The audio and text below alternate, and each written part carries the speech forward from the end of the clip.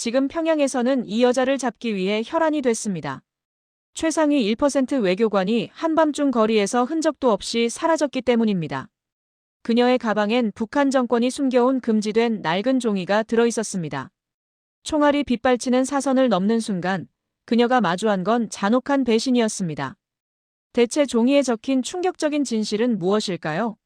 여러분의 좋아요와 구독은 북한의 진실을 밝히는데 큰 힘이 됩니다. 그 모든 것은 이렇게 시작되었습니다. 2025년 여름, 평양 창정거리. 저는 외무성 외교관으로 특급 아파트에서 살았습니다. 흰쌀밥과 고기 반찬, 외화상점 물건들. 다른 사람들이 부러워할 만한 삶이었죠. 하지만 언제부턴가 죄책감이 들었습니다. 어느 때부터인지는 정확히 모르겠어요. 외교관이 되면서 사회 소식을 볼수록 그 감정은 더 커졌습니다. 밖을 내다보면 여인 얼굴로 거리를 걷는 사람들이 보였어요. 배급이 끊긴 지 오래라는 소문도 들렸죠. 그런데 저희 집 식탁은 늘 풍성했습니다. 왜 우리만 이렇게 살 수 있는 걸까? 밖을 내다보면 평양거리를 걷는 사람들의 얼굴은 여인 모습이 많았어요. 배급이 끊긴 지 오래라는 소문도 들었습니다. 하지만 저는 그런 생각을 입 밖에 낼 수 없었습니다. 아버지는 늘 말씀하셨어요. 우리가 이렇게 사는 건 당과 수령님께 충성했기 때문이다. 감사할 줄 알아야 한다. 네, 맞는 말씀이었습니다. 저도 그렇게 믿으려 애썼어요. 하지만 가슴 한편에서는 뭔가 불편한 감정이 자꾸만 올라왔습니다. 외교관 일을 시작한 뒤부터였을 겁니다. 저는 영어 통역관으로 외국 손님들을 맞이하는 일을 했어요. 그런데 그분들이 나누는 대화 속에서 가끔 이상한 말들이 들려왔습니다. 한국의 경제 발전은 정말 놀랍지 않나요? 서울은 밤에도 나처럼 밝다던데요. 한국 사람들 정말 친절하더라고요. 그럴 때마다 저는 속으로 생각했습니다. 남조선, 그건 미국의 식민지 아닌가? 가난하고 산만 있는 곳이라고 배웠는데. 하지만 그분들의 표정은 진심 어린 감탄으로 가득했어요. 거짓말을 하는 것 같지 않았습니다. 저는 통역을 하면서도 자꾸 그 말들이 신경 쓰였습니다. 이게 정말 맞는 걸까요? 제가 배운 게 진짜일까요? 하지만 그런 의문을 누구에게도 말할 수 없었어요. 집에 돌아오면 TV를 켜고 싶었지만 우리 집 TV는 북한 채널만 나왔습니다. 외국 채널은 철저히 차단되어 있었죠. 전화기도 마찬가지였어요. 누가 듣고 있을지 모르니 조심스러운 말만 해야 했습니다. 외출을 하면 어디 갔는지 보고해야 했고, 친구를 만나도 무슨 이야기를 나눴는지 물어보는 사람들이 있었어요. 이렇게 풍족한데 왜 이렇게 답답할까요? 저는 밤마다 침대에 누워 천장을 바라보며 그런 생각을 했습니다. 제 방에는 좋은 이불이 있었고 따뜻한 난방이 들어왔어요. 옷장에는 외화상점에서 산 옷들이 가득했습니다. 일반 주민들이 꿈도 못 꿀 삶이었죠. 하지만 뭔가 잘못되었다는 느낌이 자꾸만 들었습니다. 특히 영어 통역을 할 때마다 외국인들이 나만을 칭찬하는 말을 들을 때면 제 가슴 속에서 뜨거운 무언가가 올라왔어요. 궁금했습니다. 남한은 정말 어떤 곳일까? 제가 배운 게 진짜일까? 아니면 저 사람들 말이 진짜일까? 그때는 몰랐습니다. 이 작은 의문이 제 인생을 완전히 바꿔놓을 줄은요. 저는 그날도 외화상점에서 물건을 사고 저녁에는 가족들과 함께 밥을 먹었습니다. 겉으로는 평온한 하루였어요. 하지만 제 마음속 어딘가에서는 작은 균열이 시작되고 있었습니다. 그리고 그 균열은 곧 돌이킬 수 없는 결단으로 이어지게 됩니다. 외교관 교육은 생각보다 훨씬 힘들었습니다. 매일 아침 6시부터 저녁 9시까지 우리는 외무성 교육관에 앉아 있어야 했어요. 그곳에서 배운 건 외교 기술이 아니었습니다. 북한 찬양과 남조선 비방이었죠. 동무들, 이 문장을 영어로 완벽하게 외워야 합니다. 대한민국은 미국 제국주의의 꼭두각시이며 국민들은 가난과 억압 속에서 고통받고 있다. 이 문장을 영어로 정확히 외워서 다음 시간까지 준비해 오시오. 교관의 목소리가 교육관에 울려 퍼졌습니다. 저는 따라 읽었어요. 하지만 제 입에서 나오는 영어 문장들이 점점 더 낯설게 느껴졌습니다. 대한민국은 미국 제국주의의 꼭두각시 국가이며 사람들은 가난과 억압 속에서 고통받고 있습니다. 정말 그럴까요? 얼마 전 제가 통역했던 외국인들은 한국을 칭찬했는데 그분들이 거짓말을 했을까요? 아니면 제가 지금 외우고 있는 이 문장이 거짓일까요? 그런 생각을 할 때마다 가슴이 답답했습니다. 하지만 입 밖에 낼 수는 없었어요. 옆에 앉은 동료들은 아무 의심 없이 따라 읽고 있었으니까요. 매일 3시간씩 우리는 같은 문장을 반복했습니다. 북한은 세계 최강의 군사력을 가졌다. 식량이 풍족하다. 남조선은 가난하고 무지하다. 저는 영어로 완벽하게 외웠습니다. 하지만 외울수록 의문은 더 커졌어요. 내가 하는 말이 진실일까? 그 무렵 저는 중요한 결정을 했습니다. 중국어를 배우기로요. 밤마다 불을 끄고 작은 손전등 불빛 아래서 중국어 교재를 펼쳤습니다. 왜 중국어를 배웠냐고요? 외교관들끼리 중국어로 나누는 대화를 엿듣고 싶었기 때문입니다. 영어로는 하지 못하는 이야기, 중국어로만 나누는 비밀스러운 대화들. 그 안에 진짜 진실이 있을 것 같았어요. 몇 달이 지나자 조금씩 들리기 시작했습니다. 복도에서 선배 외교관 2명이 중국어로 속삭이는 소리였습니다. 저는 지나가는 척하며 걸음을 늦췄어요. 남조선 경제가 우리보다 50배는 크다던데. 서울 야경 사진 봤어? 정말 어마어마하더라. 그 순간 온몸에 소름이 돋았습니다. 알고 있었구나. 이 사람들도 다 알고 있었어. 하지만 아무도 입 밖에 내지 않았습니다. 모두 침묵했어요. 그게 더 무서웠습니다. 진실을 알면서도 모른 척하는 사람들. 저도 그들처럼 되어야 하는 걸까요? 그 즈음 교육관에 이상한 소문이 돌았습니다. 야, 수진아. 너 곧 김정은 동지와 독대하는 거 아니야? 예쁘잖아. 동료들이 부러운 표정으로 말했습니다. 저는 웃으며 고개를 저었어요. 하지만 속으로는 온몸이 얼어붙었습니다. 저는 알고 있었으니까요. 몇 달 전 독대를 했던 그 친구에게 무슨 일이 일어났는지. 그 친구는 돌아온 뒤 말이 없어졌습니다. 눈빛이 죽어 있었어요. 한 달 뒤에는 외교관 명단에서 사라졌죠. 어디로 갔는지, 무슨 일이 있었는지 아무도 묻지 않았습니다. 묻는 것 자체가 위험했으니까요. 저는 그때 확신했습니다. 이 나라는 뭔가 잘못되었어. 하지만 이 생각을 어떻게 해야 할지 몰랐습니다. 가족에게 말하면 아버지는 화를 내실 거예요. 친구에게 말하면 신고당할지도 몰라요. 저는 이제 가만히 모른 척할 수가 없었습니다. 뜨거운 마음이 더 이상 가라앉지 못했어요. 저는 혼자였습니다. 진실을 알고 있지만 아무에게도 말할 수 없는 혼자만의 비밀. 그 무게가 점점 더 무거워졌습니다. 그리고 그 무렵 제게 첫 해외 출장 기회가 찾아왔습니다. 2025년 가을 교육관에 공지문이 붙었습니다. 베이징 국제회의 통역관 선발. 2026년 1월 파견 예정. 제 이름이 명단에 있었습니다. 첫 해외 출장이었어요. 동료들이 축하해 주었지만 저는 복잡한 마음이었습니다. 설레기도 했고 두렵기도 했어요. 집에 돌아가 부모님께 말씀드렸습니다. 아버지, 어머니, 제가 베이징 출장을 가게 되었어요. 아버지는 흐뭇한 표정을 지으셨습니다. 그래, 우리 딸이 나라를 빛내는구나. 자랑스럽다. 하지만 어머니는 걱정스러운 눈빛이었어요. 수진아, 조심해야 한다. 절대 혼자 돌아다니면 안 돼. 외국은 위험한 곳이야. 네, 알고 있었습니다. 교육관에서도 누누이 들었던 말이었죠. 동무들, 해외에 나가면 절대 단독 행동을 해서는 안 됩니다. 항상 보안원 동무와 함께 다녀야 합니다. 외국은 우리를 유혹하는 곳입니다. 정신을 똑바로 차려야 합니다. 출장 준비 교육이 시작되었습니다. 하루에 4시간씩 우리는 남조선 비방 연설문을 외웠어요. 영어로, 또 영어로. 제 입에서 나오는 말들은 모두 북한 찬양과 남한 비난이었습니다. 북조선 인민들은 세계에서 가장 행복한 사람들입니다. 반면 남조선 인민들은 미국의 지배 아래 굶주리고 있습니다.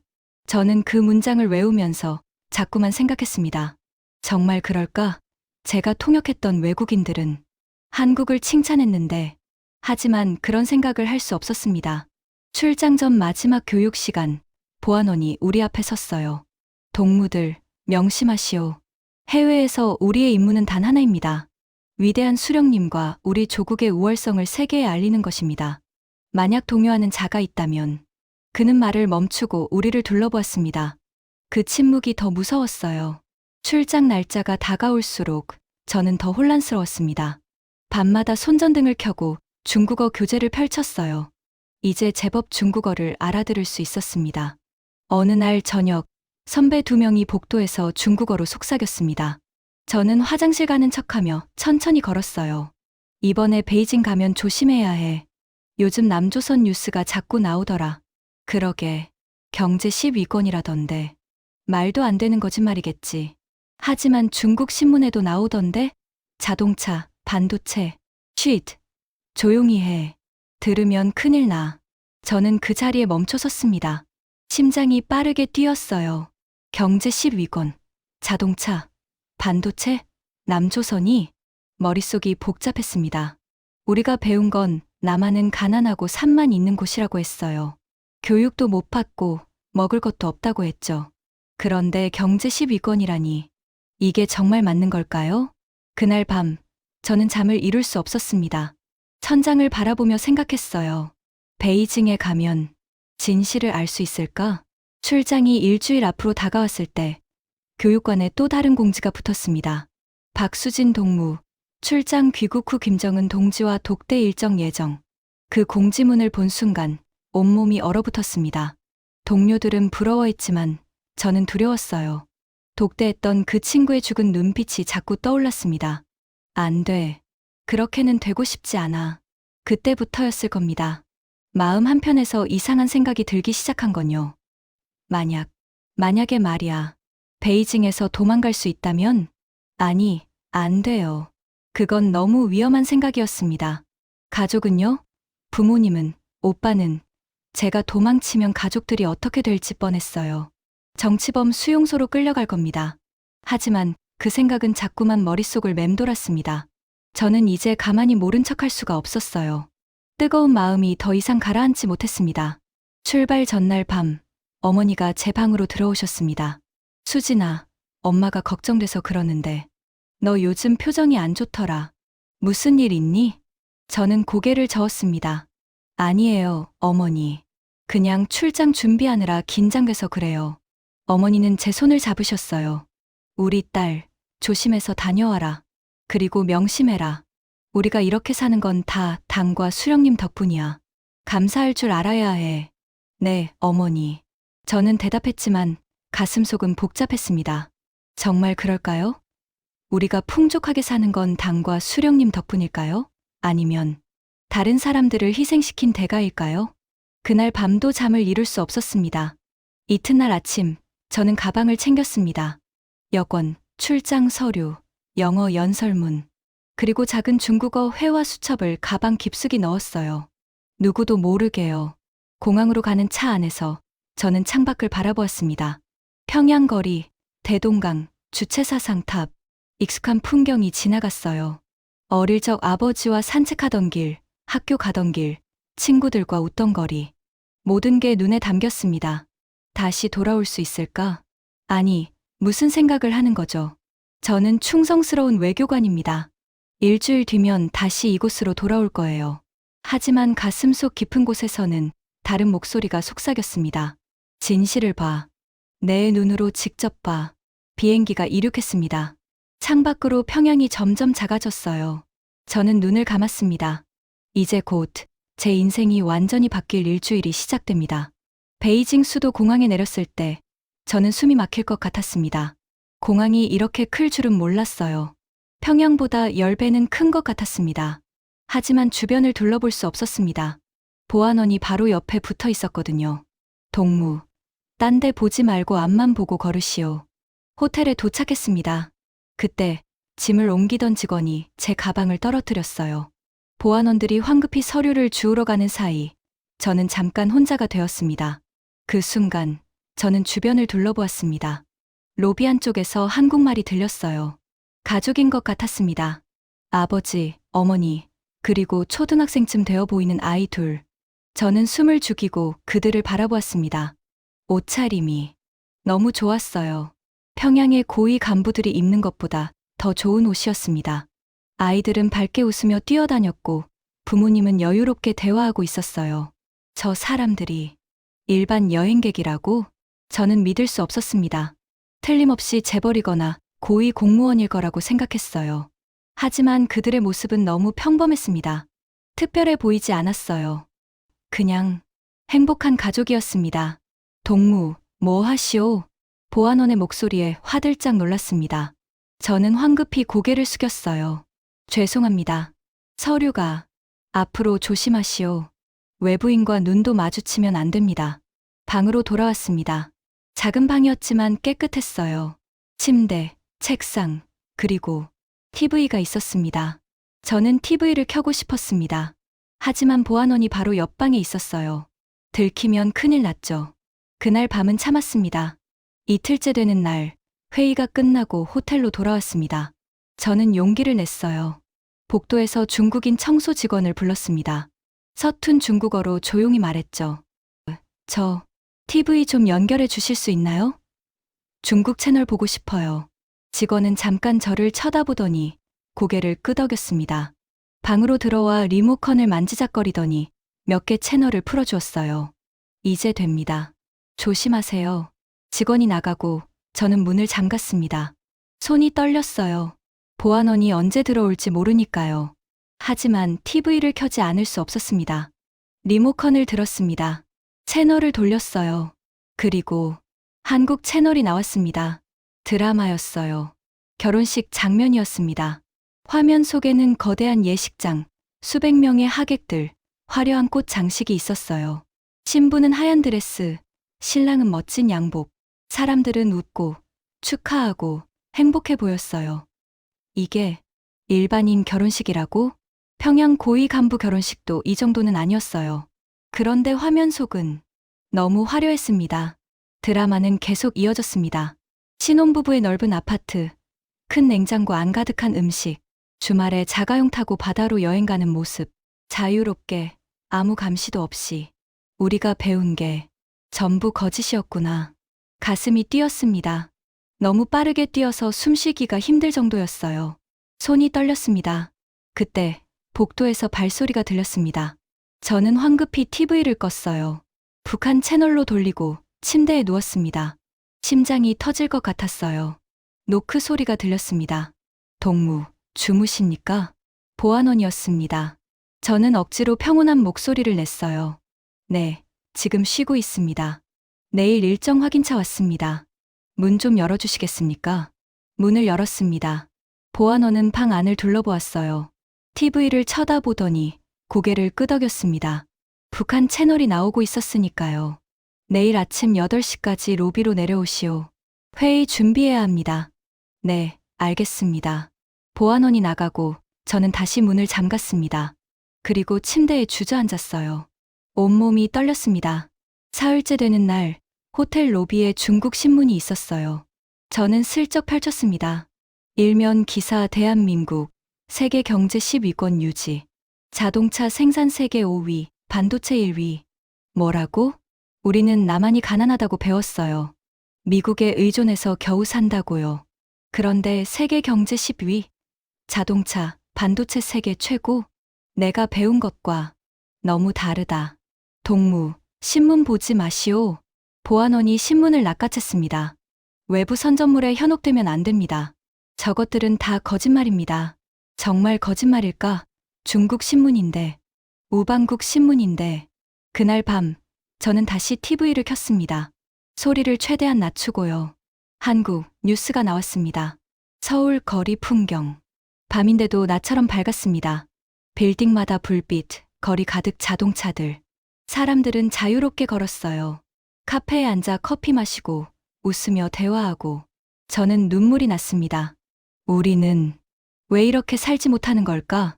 화면 하단 자막 대한민국이 1인당 국민소득 35,000달러 돌파. 35,000달러? 북한은 1,000달러도 안 되는데 우리는 북한 경제가 세계 최고라고 배웠어요. 하지만 숫자는 그 반대였습니다. 우리가 속았던 거야. TV를 껐습니다. 눈을 감으면 자꾸 떠올랐어요.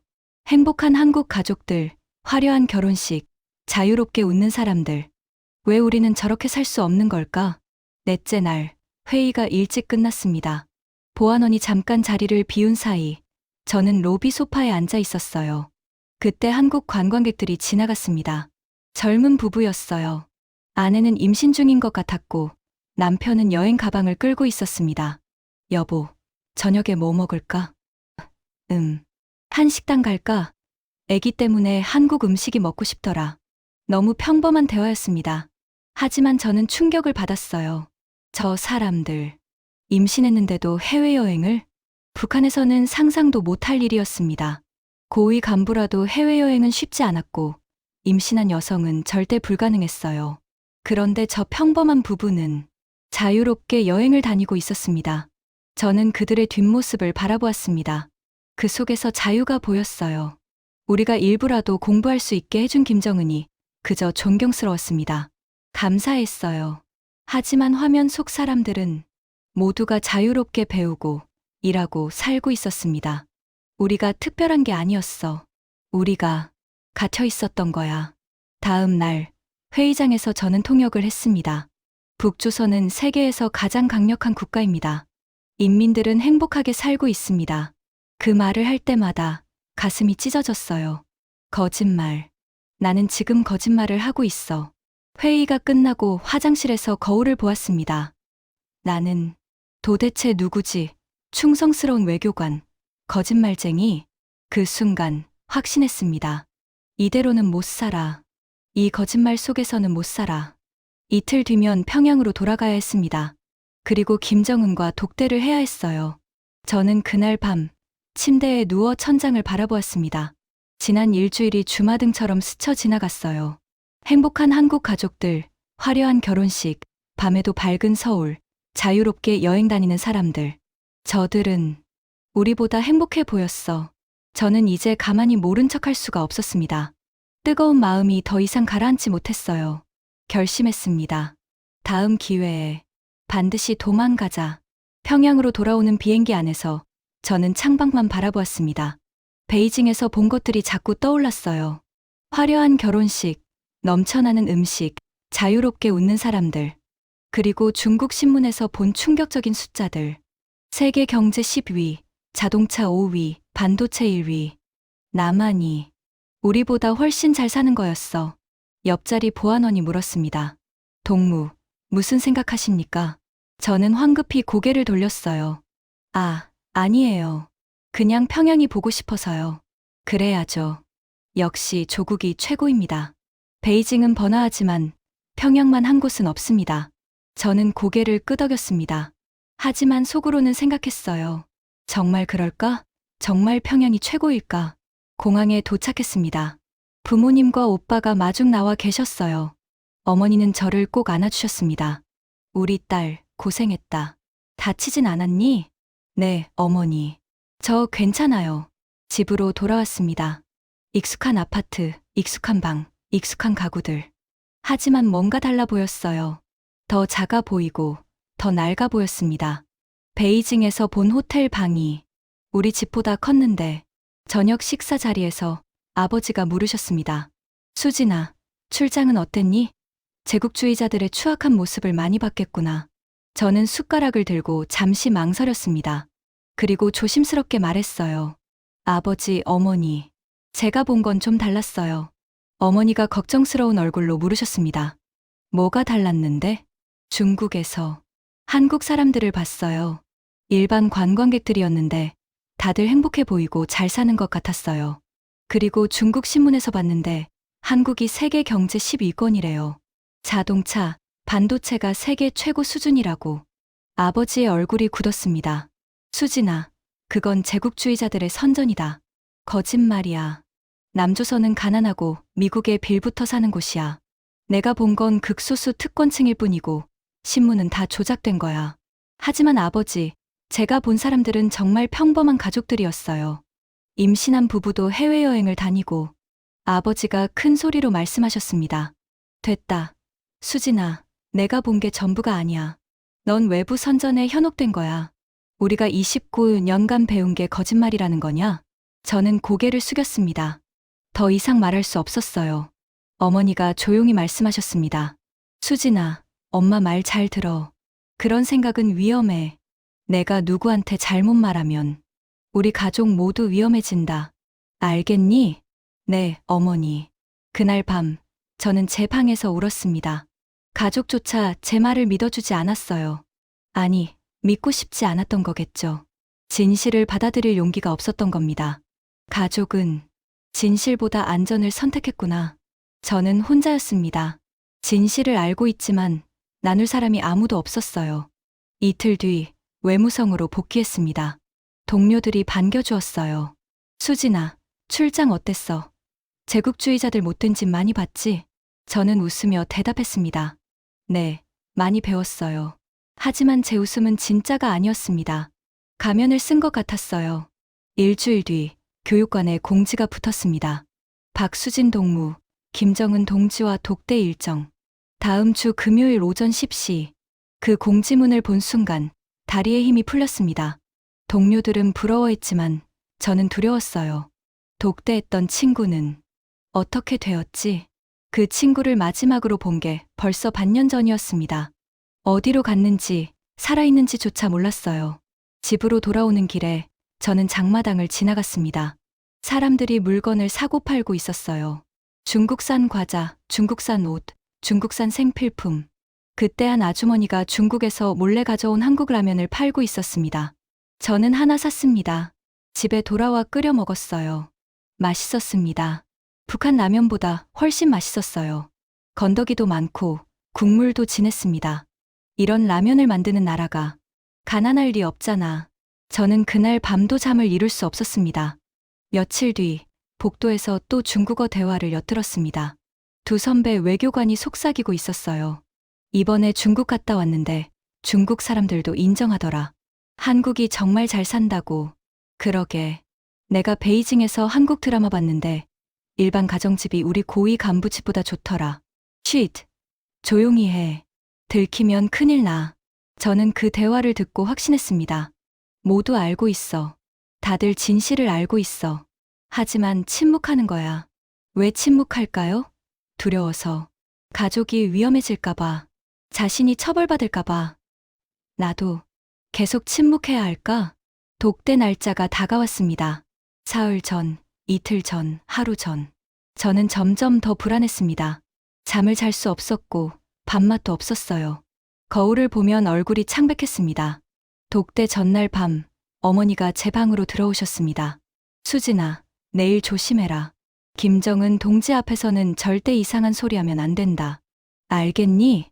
네, 어머니. 내가 베이징에서 본 것, 생각한 것 다 잊어라. 우리가 살려면 그래야 해. 어머니의 눈에 눈물이 고였습니다. 엄마는 내가 무사하기만 바란다. 진실이 뭐든 내가 살아있는 게 중요해. 저는 어머니를 꼭 안았습니다.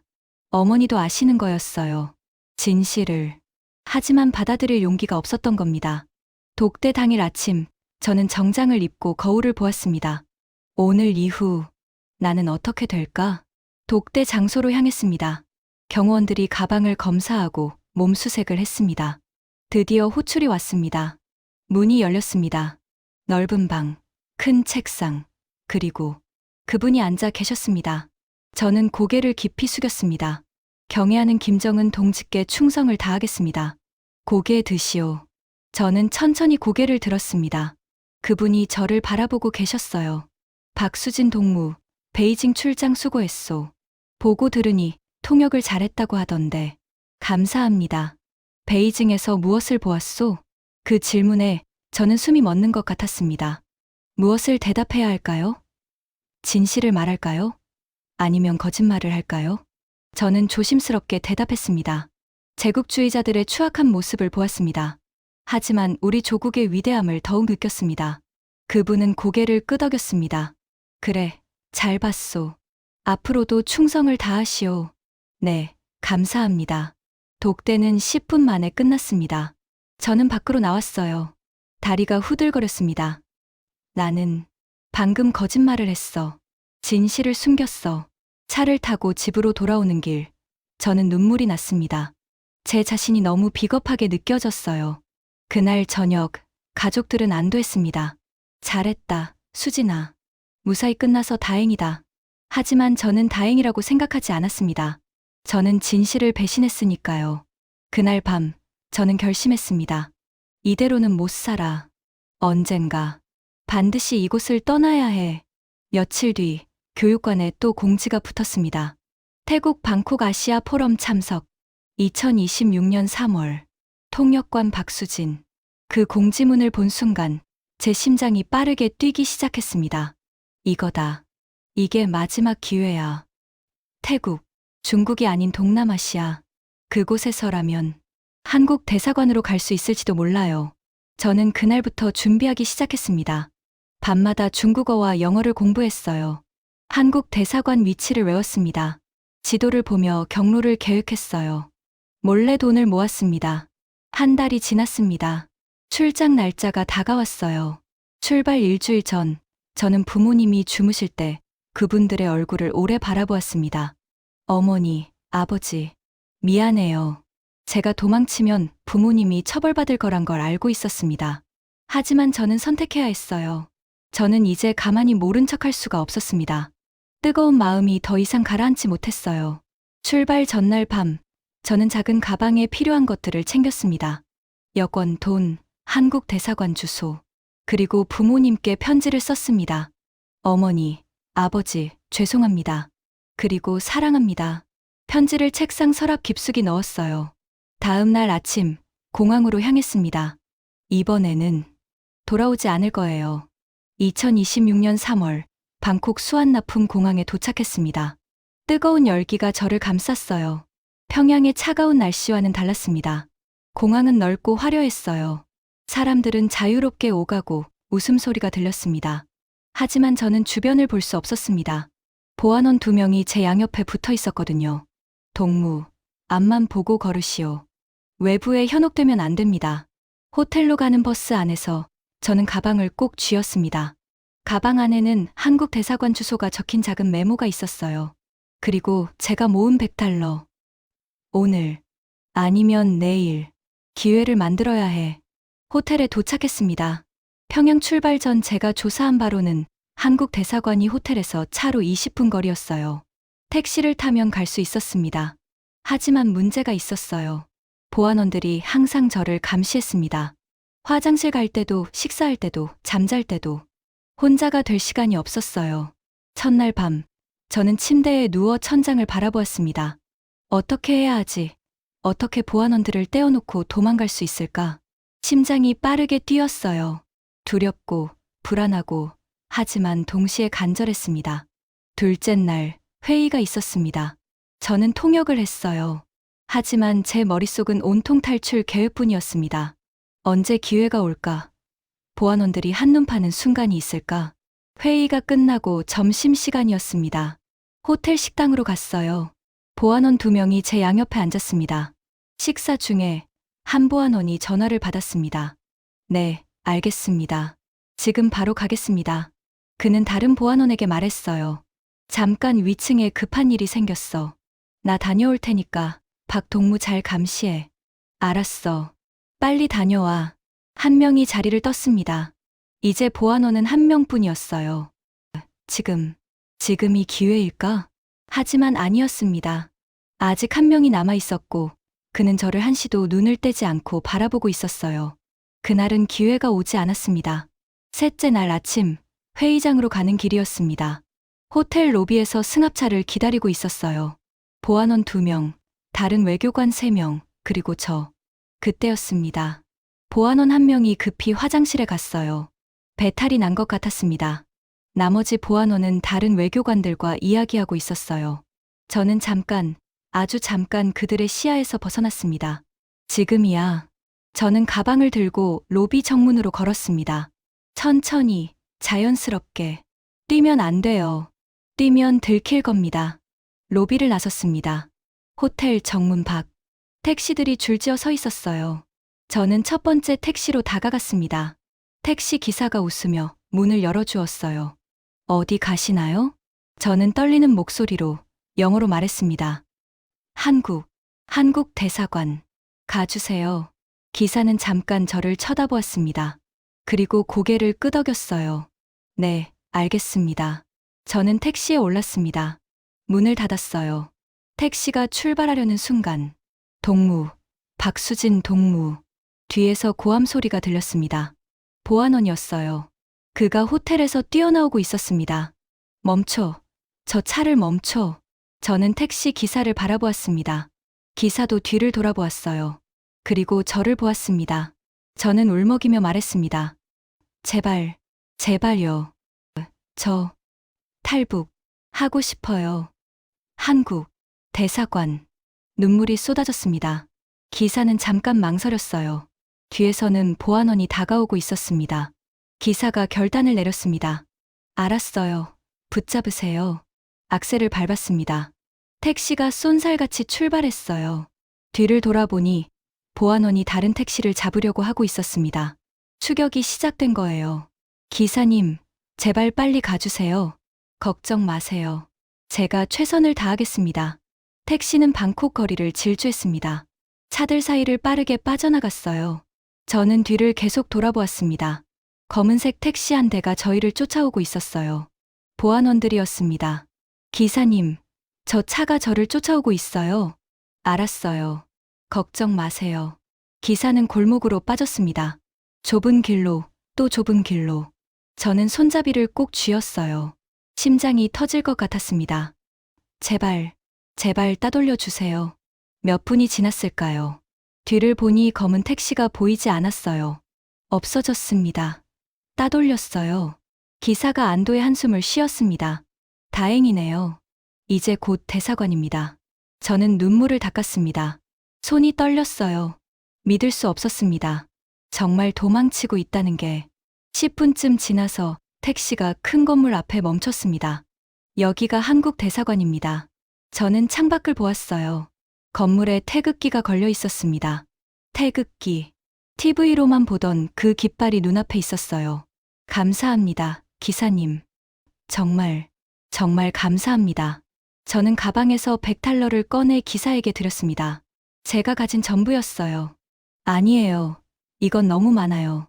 아니에요. 기사님이 제 생명을 구해주셨어요. 받아주세요. 기사는 눈물을 글썽이며 돈을 받았습니다. 행운을 빕니다. 새로운 삶을 사세요. 감사합니다. 저는 택시에서 내렸습니다.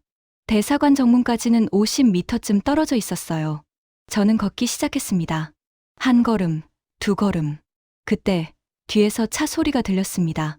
돌아보니 검은 택시였어요. 보안원들이 내리고 있었습니다. 박수진, 멈춰. 저는 뛰기 시작했습니다. 가방을 꼭 안고 정문을 향해 전력으로 뛰었어요. 40m, 30m, 20m. 뒤에서 발소리가 들렸습니다. 보안원들이 쫓아오고 있었어요. 10m, 5m. 멈춰. 반역자. 저는 멈추지 않았습니다. 더 빠르게 뛰었어요. 드디어 정문에 도착했습니다. 경비원이 놀란 표정으로 저를 바라보았어요. 저는 숨을 헐떡이며 한국말로 외쳤습니다. 저 탈북자예요. 도와주세요. 경비원이 재빨리 문을 열었습니다. 빨리 들어오세요. 저는 문 안으로 뛰어들었어요. 경비원이 문을 닫았습니다. 보안원들이 문 밖에서 소리쳤습니다. 문 열어. 저 여자는 조선민주주의인민공화국 국민이다. 내놓아. 경비원은 침착하게 대답했습니다. 여기는 대한민국 영토입니다. 들어갈 수 없습니다. 저는 그 자리에 주저앉았습니다. 다리에 힘이 풀렸어요. 온몸이 떨렸습니다. 해냈어. 해냈어. 눈물이 쏟아졌습니다. 지금까지 참았던 모든 감정이 한꺼번에 터져 나왔어요. 두려움, 안도, 슬픔, 희망. 경비원이 저를 부축해 일으켜 세웠습니다. 괜찮으세요? 안으로 들어가시죠. 대사관 건물로 들어갔습니다. 직원들이 저를 맞이했어요. 한국 사람들이었습니다. 한국말을 쓰는 사람들. 괜찮으세요? 앉으세요. 물 드릴게요. 저는 의자에 앉았습니다. 물을 마셨어요. 손이 너무 떨려서 물을 제대로 마실 수도 없었습니다. 한 직원이 부드럽게 물었습니다. 이름이 어떻게 되세요? 박수진입니다. 네, 박수진 씨. 지금 안전합니다. 여기는 대한민국 영토예요. 아무도 당신을 해치지 못합니다. 그 말을 듣는 순간 저는 또 울었습니다. 안전하다. 이제 안전하다. 29년 동안 감시받고 통제받고 거짓말 속에서 살았던 삶. 그 모든 게 끝났습니다. 직원이 말했습니다.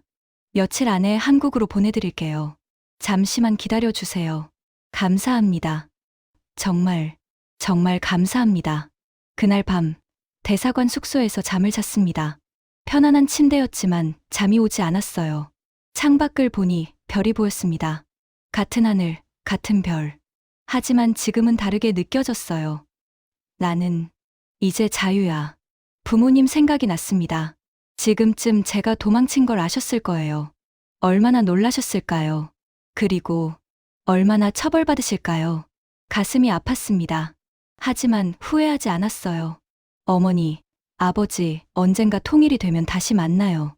사흘 뒤, 저는 전세기를 타고 한국으로 향했습니다. 비행기 창밖으로 구름이 보였어요. 하얀 구름, 푸른 하늘. 대한민국. 나는 지금 대한민국으로 가고 있어. 가슴이 두근거렸습니다. 설렘과 두려움이 섞인 감정이었어요. 새로운 삶이 시작됩니다. 대사관 숙소에서 첫날 밤을 보냈습니다. 아침에 일어나니 햇살이 창문으로 들어왔어요. 낯선 방, 낯선 침대. 하지만 안전한 곳이었습니다. 노크 소리가 들렸어요. 박수진 씨, 아침 식사 준비되었습니다. 문을 열었습니다. 대사관 직원이 웃으며 서 있었어요. 잘 주무셨어요? 식당으로 가시죠. 식당에는 한국 음식이 차려져 있었습니다. 밥, 김치, 된장찌개, 계란말이. 제가 TV에서만 보던 한국 가정식이었어요. 드세요. 많이 놀라셨을 텐데 푹 쉬셔야 해요. 저는 숟가락을 들었습니다. 된장찌개를 한 숟갈 떠서 입에 넣었어요. 짠맛, 구수한 맛. 북한 된장과는 달랐습니다. 하지만 맛있었어요. 눈물이 났습니다. 이유도 모르게 눈물이 쏟아졌어요. 괜찮으세요? 네. 그냥 너무 맛있어서요. 아니, 맛있어서만은 아니었습니다. 이 평범한 아침 식사가 제게는 자유의 맛이었어요. 식사 후 대사관 직원이 설명해 주었습니다. 박수진 씨, 지금 본국과 협의 중입니다. 며칠 안에 한국으로 모시겠습니다. 감사합니다. 그런데 조금 문제가 있어요. 제 심장이 빠르게 뛰기 시작했습니다. 무슨 문제인가요? 북한 측에서 계속 연락이 오고 있어요. 박수진 씨를 송환하라고 요구하고 있습니다. 송환. 그 단어에 온몸이 얼어붙었어요. 송환. 되는 건가요? 직원이 고개를 저었습니다. 아니요. 절대 그럴 일 없습니다. 여기는 대한민국 영토예요. 박수진 씨가 자발적으로 보호를 요청했고, 우리는 당신을 지킬 겁니다. 정말요? 네, 약속합니다. 하지만 저는 불안했어요. 북한이 포기할 리 없었습니다. 제가 외교관이었으니까요. 국가 기밀을 알고 있었으니까요. 이틀째 되는 날, 대사관 밖에서 소란이 일었습니다. 북한 외교관들이 대사관 정문 앞에 모여 있었어요. 10명쯤 되어 보였습니다. 박수진을 내놓아라. 그녀는 조선민주주의인민공화국 국민이다. 창문으로 내려다보니 보안원들도 보였어요. 그들은 대사관을 빠져나갈 때를 노리고 있는 것 같았습니다. 직원이 말했습니다. 걱정하지 마세요. 저들은 대사관 안으로 들어올 수 없어요. 그리고 경찰에 신고했습니다. 잠시 후 태국 경찰이 도착했어요. 북한 외교관들을 해산시켰습니다. 하지만 그들은 멀리서 계속 감시하고 있었어요. 저는 숙소 밖으로 나갈 수 없었습니다. 창문도 커튼을 쳐야 했어요. 혹시라도 저격수가 있을지 모른다고 했습니다. 정말 죽을 수도 있는 거구나. 두려웠습니다. 하지만 동시에 이렇게까지 저를 데려가려는 걸 보니 제 선택이 옳았다는 확신이 들었어요. 내가 그만큼 위험한 진실을 알아버렸다는 거잖아. 사흘째 되는 날, 직원이 좋은 소식을 가져왔습니다. 박수진 씨, 한국행 준비가 끝났습니다. 내일 출발합니다. 정말요? 네. 전세기로 직접 인천공항까지 갑니다. 감사합니다. 정말 감사합니다. 하지만 또 다른 문제가 있었어요. 공항까지 가는 게 문제예요. 북한 측에서 공항까지 가는 길을 감시하고 있을 거예요. 그럼 어떻게 하죠? 경찰 호송으로 갑니다. 안전하게 모시겠습니다. 그날 밤, 저는 잠을 이룰 수 없었습니다. 내일이면 한국에 간다. 대한민국에 간다. TV에서만 보던, 신문에서만 읽던, 꿈에서만 그리던 그곳. 자유의 나라, 진실의 나라. 정말 갈 수 있는 걸까? 다음 날 아침, 출발 준비를 했습니다. 직원이 새 옷을 가져다 주었어요. 이거 입으세요. 한국에서 준비한 옷이에요. 청바지와 티셔츠였습니다. 평범한 옷이었지만 제게는 특별했어요. 북한에서는 청바지를 입을 수 없었거든요. 옷을 갈아입고 거울을 봤습니다. 낯선 모습이었어요. 하지만 자유로워 보였습니다. 오전 10시 출발 시간이었습니다. 대사관 직원 2명과 태국 경찰 4명이 저를 호송했어요. 차 2대로 이동했습니다. 대사관 정문을 나서는 순간 멀리서 북한 외교관들이 보였어요. 그들은 저를 쳐다보고 있었습니다. 차가 출발했습니다. 경찰차가 앞뒤로 호송했어요. 공항까지 가는 길, 저는 계속 뒤를 돌아보았습니다. 혹시 쫓아오는 차가 있는지. 하지만 아무 일도 일어나지 않았습니다. 태국 경찰의 호송 덕분이었어요. 공항에 도착했습니다. VIP 전용 게이트로 들어갔어요. 일반 승객들과 분리된 곳이었습니다. 박수진 씨, 이제 비행기에 탑승하시면 됩니다. 작은 비행기였어요. 전세기라고 했습니다. 승객은 저와 대사관 직원 2명뿐이었어요. 비행기에 올랐습니다. 좌석에 앉았어요. 안전벨트를 맸습니다. 이제 정말 한국에 가는구나. 비행기가 움직이기 시작했습니다. 활주로를 달렸어요. 속도가 점점 빨라졌습니다. 그리고 떴습니다. 창밖을 보니 방콕이 점점 작아지고 있었어요. 빌딩들, 거리들, 사람들. 저는 눈을 감았습니다. 그리고 생각했어요. 어머니, 아버지, 저는 지금 한국으로 가고 있어요. 언젠가 다시 만나요. 비행 시간은 5시간이었습니다. 창밖으로 구름이 보였어요. 하얀 구름, 푸른 하늘. 평화로웠습니다. 직원이 물을 가져다 주었어요. 긴장 푸세요. 이제 안전해요. 감사합니다. 물을 마시며 저는 지난 29년을 떠올렸습니다. 평양에서의 삶. 특권층이었지만 자유롭지 못했던 삶. 진실을 알고 싶었지만 알 수 없었던 삶. 감시받고 통제받고 거짓말을 강요받던 삶. 베이징에서 본 충격적인 장면들. 한국 가족들의 밝은 웃음, 화려한 결혼식, 중국 신문의 놀라운 숫자들. 그 모든 게 제가 배운 것과 반대였어요. 그리고 결단. 도망치기로 한 결단. 가족을 두고 떠나기로 한 결단. 나는 잘한 걸까? 의문이 들 때도 있었습니다. 부모님을 버렸다는 죄책감도 있었어요. 부모님은 지금 어떻게 되셨을까요? 처벌받고 계실까요? 아니면 정치범 수용소로 보내졌을까요? 가슴이 아팠습니다. 하지만 저는 알고 있었습니다. 이 길이 옳다는 걸. 진실을 외면하고 거짓말 속에서 사는 것보다 진실을 마주하고 자유롭게 사는 게 옳다는 걸. 3시간쯤 지났을 때 직원이 말했습니다. 박수진 씨, 곧 한국 영공에 진입합니다. 정말요? 네. 이제 1시간 반이면 인천공항에 도착해요. 한국 영공. 대한민국의 하늘. 저는 창밖을 바라보았습니다. 구름 아래로 땅이 보이기 시작했어요. 저게 한국이구나. 가슴이 두근거렸습니다. 설렘, 두려움, 기대, 불안. 모든 감정이 섞여 있었어요. 비행기가 고도를 낮추기 시작했습니다. 땅이 점점 가까워졌어요. 건물들이 보였습니다. 도시가 보였어요. 그리고 불빛들.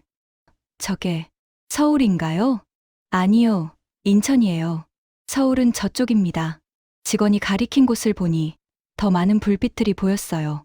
끝없이 펼쳐진 빛의 바다. 와, 말이 나오지 않았습니다. TV에서 본 것보다 훨씬 더 아름다웠어요.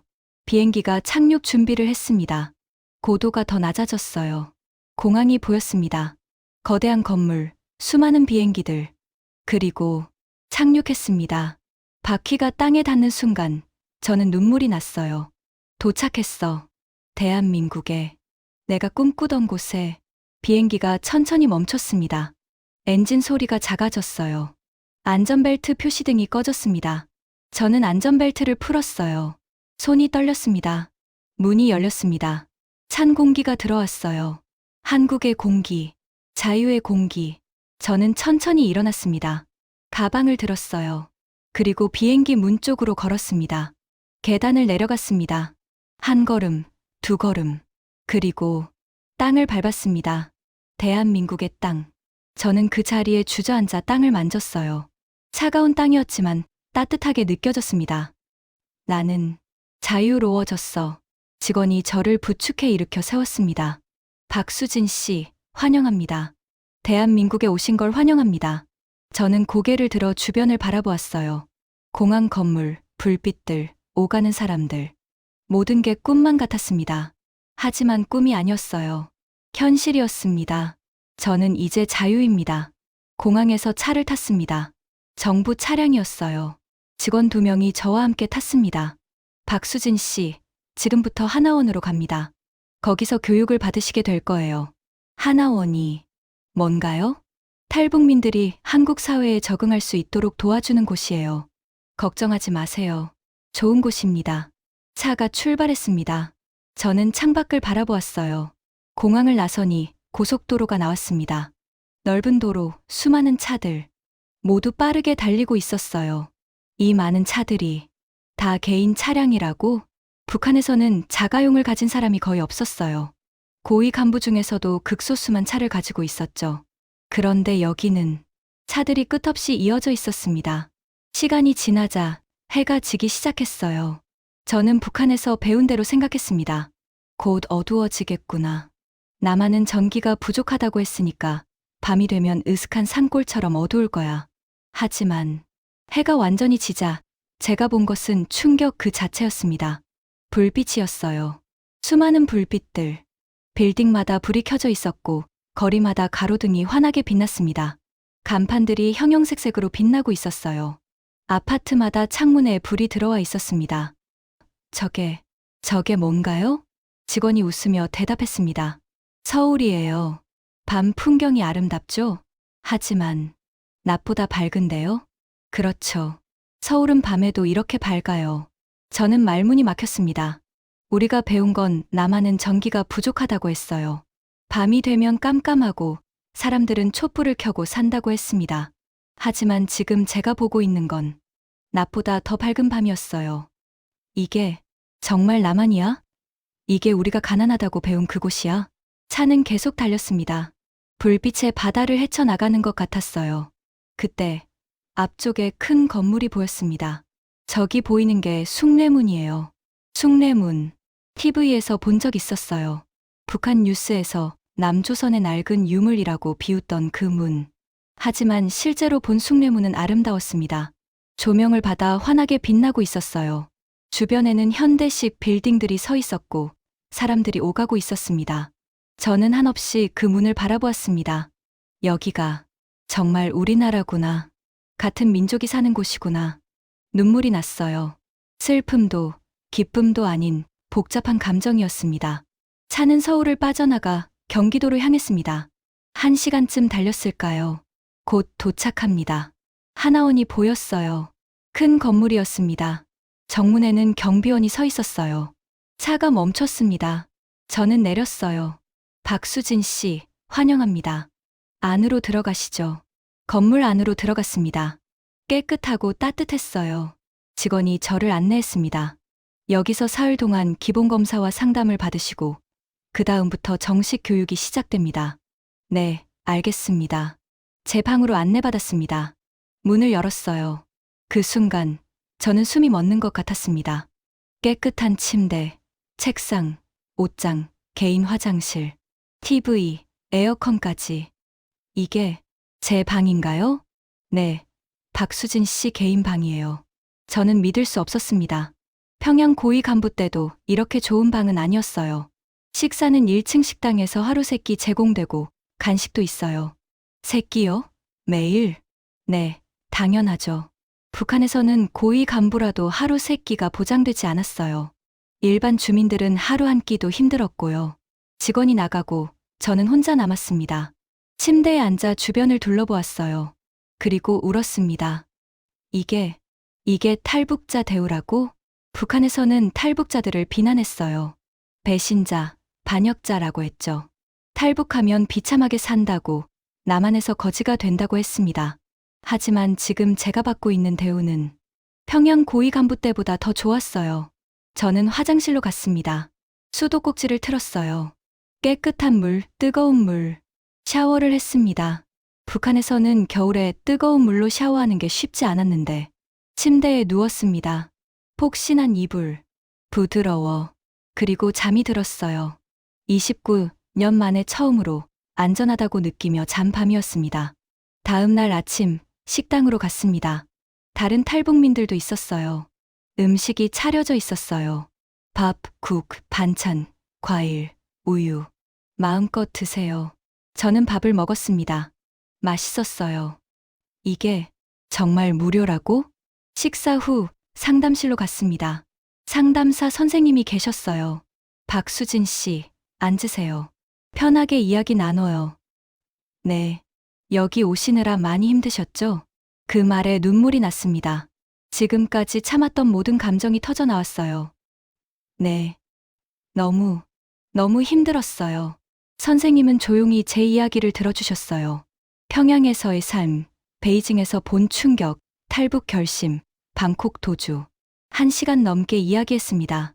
잘 견디셨어요. 이제 안전해요. 여기서 새로운 삶을 시작하시면 됩니다. 감사합니다. 그날 오후 저는 혼자 산책을 했어요. 하나원 안정원이었습니다. 나무들, 꽃들, 벤치. 평화로웠어요. 벤치에 앉아 하늘을 바라보았습니다. 파란 하늘, 하얀 구름. 자유로워. 나는 이제 자유로워. 하지만 동시에 부모님 생각이 났습니다. 어머니, 아버지, 지금 어떻게 지내세요? 처벌받고 계실까요? 수용소에 가셨을까요? 아니면 저를 원망하고 계실까요? 가슴이 아팠습니다. 미안해요. 정말 미안해요. 하지만 저는 이렇게 살 수밖에 없었어요. 저는 하늘을 보며 기도했습니다. 부모님이 무사하시길, 언젠가 다시 만날 수 있기를.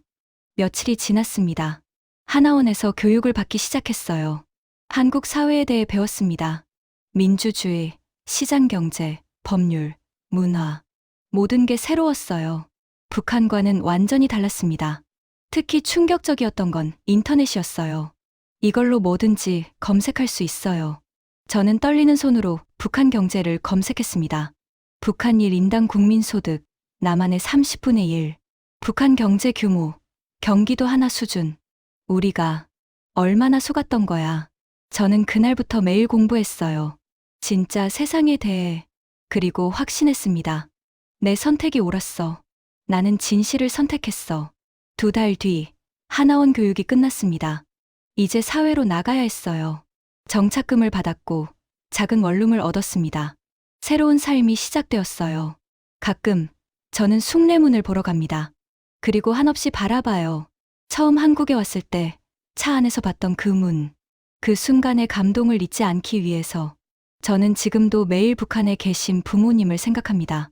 언젠가 통일이 되면 부모님을 다시 만날 수 있겠죠. 그때 제가 본 진실을, 제가 느낀 자유를 보여드리고 싶습니다. 어머니, 아버지, 기다려주세요. 우리 꼭 다시 만나요. 저는 오늘도 자유를 누리며 살아갑니다.